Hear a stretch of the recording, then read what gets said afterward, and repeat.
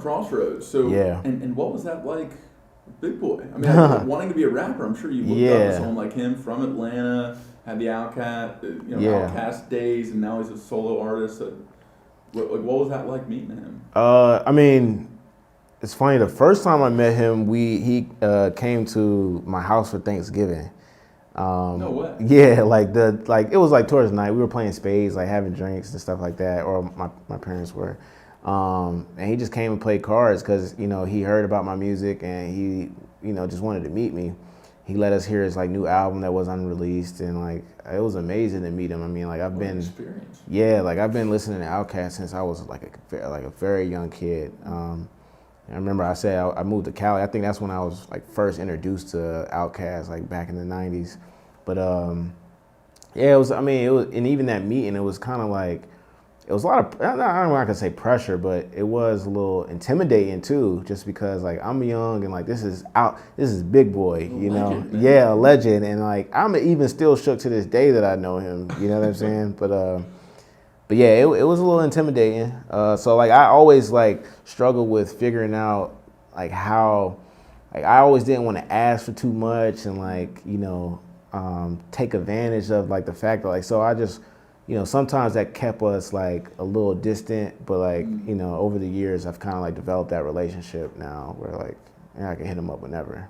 So. It's awesome. And how has he helped with your development, both, personally and with Georgia Followers? I mean, he was one of the first like celebrities to kind of like follow GA Followers. Cool. Yeah, just because like he was somebody that I knew when I started it. Yeah.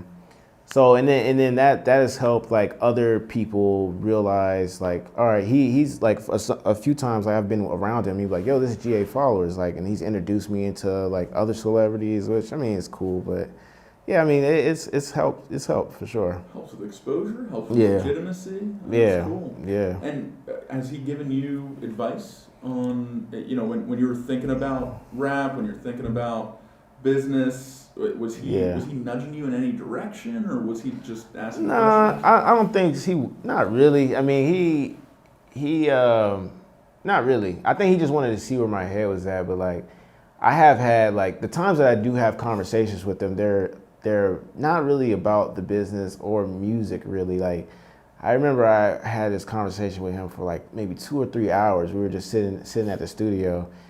And we just started talking about like, how sometimes you have like a parent, you just like talking about everything. Like we just got into one of those realms where we were just talking about any and everything. We ended up started talking about conspiracies and like aliens and like just all kinds of like the Illuminati, like just all kinds of stuff.